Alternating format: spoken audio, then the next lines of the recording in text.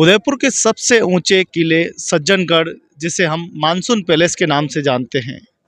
इस किले के कई प्राचीन इतिहास भी है, कई प्राचीन बातें भी है। महाराणा सज्जन सिंह जी ने इस किले का निर्माण करवाया था। जैसा कि आप सबको विदित है कि उदयपुर में उस समय 16वीं शताब्दी के मध्य कई सारे आक्रमण हो रहे थे।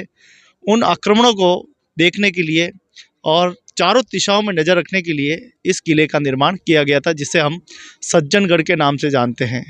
महाराणा राज सिंह जी के बाद जो भी वंशज आए, उन सभी ने कहीं न कहीं किलों का निर्माण, ओदियों का निर्माण, राजमहल का निर्माण और पुराने जो मंदिर थे उनका जीर्णोद्धार, झीलें बनवाने का काम भी बहुत बड़ी संख्या में 16वीं और 17वीं ये दोनों शताब्दी के मध्य हुआ है।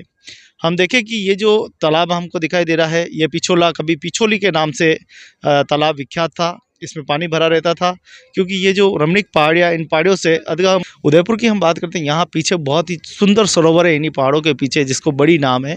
और बड़ी एक इतनी खूबसूरत सरोवर है जिसमें कभी कचरा नहीं होता। चाहे उसमें कैसा भी कचरा डाल दो, उसमें ऐसा रासायन है कि वो कचरा तुरंत नष्ट हो जाता है और बाहर चला आता है।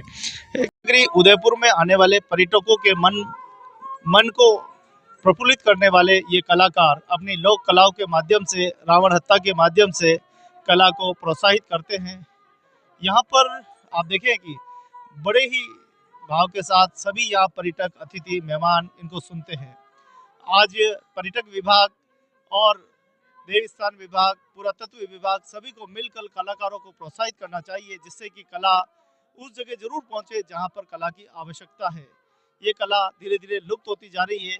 अभी इस कला को कोई समझ नहीं रहा है। कला को जीवित रखना है तो कलाकारों को हमेशा प्रोत्साहित करना होगा। आज जिस प्रकार से ये बुजुर्ग कलाकार यहाँ पर अपने प्रदर्शन कर रहे हैं, लोग यहाँ कपड़े धोना, नहाना, राजा राजाएं सब इस पानी का उपयोग करते थे। तो ये पानी का संग्रहण का उस जमाने का This is the second time I've been here. 50 years ago I came.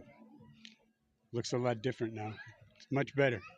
Student, विद्यार्थी और सारे लोग यहाँ पर अतिथि, मेहमान के रूप में घूमने के लिए आते हैं और उदयपुर की इस पृष्ठभूमि से अवगत होते हैं। बहुत ही खूबसूरत, सौंदर्य भरा। अच्छा, ये मतलब पैलेस जो बनाया गया था उदयपुर की सुरक्षा को लेकर देखते हुए बनाया गया था, और यहाँ से जो भी उनके गार्ड्स होते थे यहाँ से बैठ के निगरानी करते थे, सुपरविजन करते थे। 360 व्यू मिला, काफ़ी दूर तक देखा जा सकता है, और टेलीस्कोप हो तो मतलब बारीकी से देखा जा सकता है कि कोई आक्रमणकारी अगर आ रहा है तो उससे मतलब जो नगर के सेवक थे उनको सूचना दी जा सकती थी। अभी जैसा आपने बताया कि चित्तौड़गढ़ और यहाँ से जो कम्युनिकेशन होता था मसाल जलाकर, तो एक दूसरे को सूचना दी जाती थी। कम्युनिकेशन का तो कोई माध्यम था नहीं, ना मोबाइल, ना टेलीफोन या कोई और साधन। घोड़े गाड़ी से तो सूचना आते के लिए सभी एक झलक के लिए, सब देखने के लिए चले आते हैं। और आप देखिए कि कितनी बड़ी संख्या में यहाँ पे लोग हैं जो इसको देखने का पूरा आनंद उठा। उदयपुर की सबसे ऊंची चोटी सज्जनगढ़, जिसे हम मानसून पैलेस के नाम से जानते हैं, ऐसा खूबसूरत सज्जनगढ़ जिससे पूरा उदयपुर जो है वो दिखता है। ये वो जमाना था जब महाराणा सज्जन सिंह यहीं से बैठकर, इसी गोकड़ों में से बैठकर पूरे उदयपुर के दीदार करते थे और उदयपुर की पृष्ठभूमि को यहाँ से देखते थे।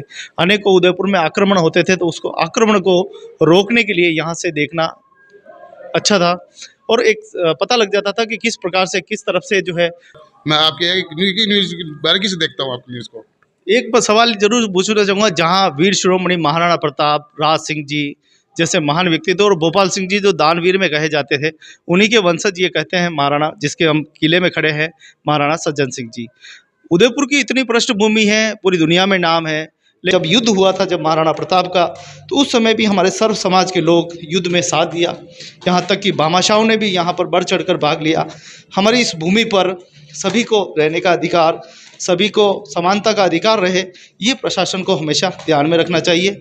और जिस प्रकार से प्राचीन समय में राजा महाराजा योजनाएं बनाते थे, उस प्रकार की योजनाएं बनाकर सबको एक साथ लेकर चले, यही गुजारिश करते हैं।